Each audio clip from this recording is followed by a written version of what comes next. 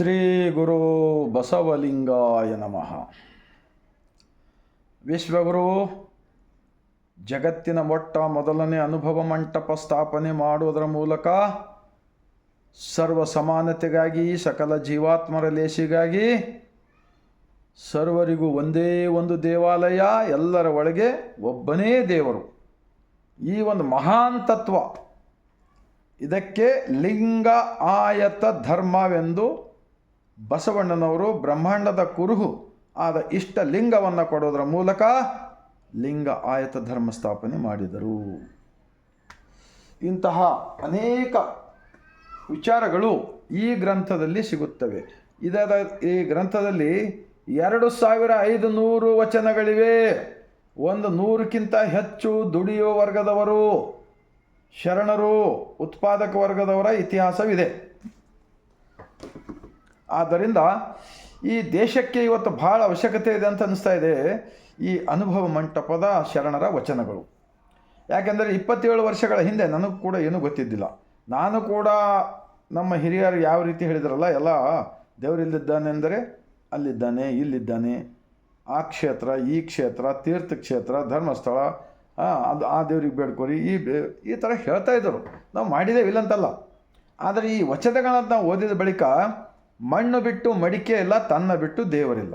ಆ ಕಾರಣಕ್ಕಾಗಿಯೇ ಈಗ ನೋಡಿ, ಇಷ್ಟಲಿಂಗ, ಈ ಎದೆಯ ಮೇಲೆ ಇಷ್ಟಲಿಂಗವನ್ನು ಧರಿಸಿದ ಬಳಿಕ ಶರಣ ಸತಿ ಲಿಂಗಪತಿ, ದೇಹವೇ ದೇವಸ್ಥಾನ. ಸುಳ್ಳಿದೆನಾ? ಅದಕ್ಕೆ ಬಸವಣ್ಣರು ಹೇಳ್ತಾರೆ, ಗಂಡನ ಮೇಲೆ ಸ್ನೇಹವಿಲ್ಲದ ಹೆಂಡತಿ, ಲಿಂಗದ ಮೇಲೆ ನಿಷ್ಠೆ ಇಲ್ಲದ ಭಕ್ತ, ಇದ್ದರೇನು ಶಿವಶಿವ, ಹೋದರೇನು ಉಡದ ಆವಿಂಗೆ ಉಣ್ಣದ ಕರುವ ಬಿಟ್ಟಂತೆ ಕೂಡಲ ಸಂಗಮ ದೇವ. ಗೊಡ್ಡ ಆಕಳ ಹತ್ತಿರ ಒಂದು ಕರು ಬಿಡ್ರೋಳು ನೋಡೋಣ, ಒಂದು ಹಾಲು ಕುಡಿತಕ್ಕಂಥದ್ದು, ಅದು ಕುಡಿಸೋಂಗಿಲ್ಲ, ಇದು ಕುಡಿಯೋಂಗಿಲ್ಲ. ಈಗೆಲ್ಲ ಅದೇ ಥರ ನಡೀತಾ ಇದೆ. ಈಗ ನಾನು ಪದೇ ಪದೇ ವಿಡಿಯೋ ಯಾಕೆ ಮಾಡ್ತಾಯಿದ್ದೀನಿ ಅಂದರೆ, ಈಗ ಅಯೋಧ್ಯ ರಾಮ ಮಂದಿರದಲ್ಲಿ ಈಗ ನಮ್ಮ ಕಡೆಲ್ಲ ಬಂದಿರು, ನಾವೆಲ್ಲ ಏನೋ ದುಡ್ಡು ಅಕ್ಕಿ ಕೊಡ್ತೇವೆ, ಅದು ಕೊಡ್ತೇವೆ ಅಂತೇಳಿ ಅಲ್ಲಿಗೆ ಹೋಗ್ತಾ ಇದ್ದೀವಿ. ಅದು ಭಾಳ ಜನ ಕೊಟ್ಟಿದ್ದೇವೆ, ನಾವು ಅಂಬಲ್ಲಿ ಕೊಟ್ಟಿದ್ದೆವು. ಈಗ ಅಲ್ಲಿ ಕೋಟಿಗಟ್ಟಲೆ ದುಡ್ಡು, 200 ಕೋಟಿಗಟ್ಟಲೆ ದುಡ್ಡು, ಎಷ್ಟೋ ಬಂಗಾರ, ಬೆಳ್ಳಿ, ಅದು ಇದು ಎಲ್ಲ ಕಳುವಾಗಿದೆ ಅಂಥೇಳಿ ಈಗ ನಾವೆಲ್ಲ ಕಡೆ ಕೇಳ್ತಾ ಇದ್ದೀವಿ. ಅದೇ ರಾಷ್ಟ್ರೀಯ ಚಾನಲ್ಗಳು, ಟಿ ವಿ ಚಾನಲ್ಗಳು ತೋರಿಸ್ತಾ ಇಲ್ಲ, ಬೇರೆಯವ್ರು ತೋರಿಸ್ತಾ ಇದ್ದಾರೆ. ಅದೇ ಏನಾರ ಬೇರೆದಾಗಿದ್ದಪ್ಪ ಅಂದರೆ 24 ಗಂಟೆ ಅದೇ ಹೇಳ್ತಾರೆ. ಈ ಎಲ್ಲ ಯಾಕೆ ನಡೀತಾ ಇವೆ ಅಂದರೆ, ಈ ದೇಶದಲ್ಲಿ ಭ್ರಷ್ಟಾಚಾರ. ಅನುಭವ ಮಂಟಪ ಶರಣರು ಯಾಕೆ ಸ್ಥಾಪನೆ ಮಾಡಿದ್ರಪ್ಪ? ಬಸವಣ್ಣನವ್ರು ಮನಸ್ಸು ಮಾಡಿದ್ರೆ ಅವರು ಗುಡಿಗುಂಡರು ಕಟ್ತಿಲ್ಲ ಬಿಜ್ಜಾಡ ರಾಜಂದು ಕಾಲದಲ್ಲಿ. ಯಾಕೆಂದರೆ ಬಿಜ್ಜಾಡ ರಾಜಾಗ ಸಂಪತ್ತು ಸಿಗ್ಲಿಕ್ಕೆ ಕಾರಣ ಅಂದ್ರೇನು, ಅವ್ರ ಕುರ್ಚಿ ಕೆಳಗೆ ಬಸವಣ್ಣನವರೇ. ಅದಕ್ಕೆ ಬಿಟ್ಟರೆ ಅವ್ರು ಯಾರಿಗೂ ಕೂಡ ಆ ತಾಮ್ರ ತಗಡದ ಮೇಲೆ ಓದ್ಲಿಕ್ಕೆ ಬಂದಿಲ್ಲ. ಈ ಥರ. ಆದರೆ ಗುಡಿಗುಂಡರು ಕಟ್ಟಿಲ್ಲವರು. ಈ ಎಲ್ಲ ಇತಿಹಾಸ ನೋಡಿದಾಗ ಈಗ ನೋಡಿ, ಒಂದು ದೇವರ ಕಲ್ಪನೆ ಅರಿತುಕೊಳ್ಳಲು ಶರಣರ ಸಂಘ ಬಹಳ ಮುಖ್ಯ ಅಂತ ಹೇಳ್ತಾರೆ. ಮಡಿಕೆ ಮಾಡುವಡೆ ಮಣ್ಣೇ ಮೊದಲು, ತೊಡಿಗೆ ಮಾಡುವಡೆ ಹೊನ್ನೇ ಮೊದಲು, ಶಿವಪಥವನ್ನು ಅರಿವಡೆ ಗುರುಪಥವೇ ಮೊದಲು, ನಮ್ಮ ಕೂಡಲ ಸಂಗಮ ದೇವನ ಅರಿವಡೆ ಶರಣರ ಸಂಘವೇ ಮೊದಲು. ಶರಣರ ಸಂಘವೇ ಮೊದಲು ಅಂತ ಹೇಳಿದ್ರಲ್ಲ. ನಾನು ಸತ್ಯ ಹೇಳ್ತೀನಿ, 27 ವರ್ಷ ಹಿಂದೆ ನಾನು ಕೂಡ ಅಜ್ಞಾನಿಯಾಗಿ ಬದುಕಿದ್ದೇನೆ.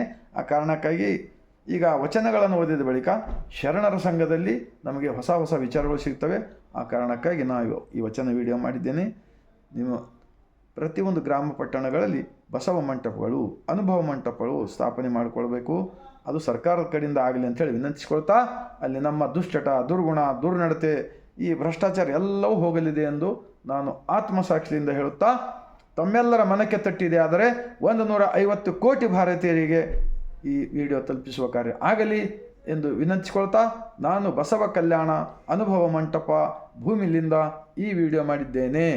ಬಸವಣ್ಣನ ನಾಡು, ಶರಣರ ನಾಡು, ನೂತನ ಅನುಭವ ಮಂಟಪ ಕೂಡ ಕಟ್ಟಲಾಗ್ತಾ ಇದೆ. ಅದು ಕೂಡ ಜನರಿಗೆ ಜ್ಞಾನದ ದೇಗುಲಾಗಕ್ಕೆ ಹೊರತಾಗಿ ಈ ಮೂಢ ರೂಢಿ ನೋಡಿದ್ರಲ್ಲ ಅಯೋಧ್ಯದಾಗ, ಆ ಥರ ನಮ್ಗೆ ಬೇಡಪ್ಪ, ಬೇಡ. ನಮ್ಮ ಅರಿವೇ ನಮಗೆ ಗುರು, ನಮ್ಮ ದೇಹವೇ ನಮಗೆ ದೇವಸ್ಥಾನ ಆಗಲಿ ಎಂದು ವಿನಂತಿಸಿಕೊಳ್ತಾ, ಸರ್ವರಿಗೂ ಮತ್ತೊಮ್ಮೆ ಈ ಸಾಯಂಕಾಲದ ಬಾಗಿದ ತಲೆ, ಮುಗಿದ ಕೈಲಿಂದ ಕೋಟಿ ಕೋಟಿ ಸರ್ವರಿಗೂ ಶರಣು.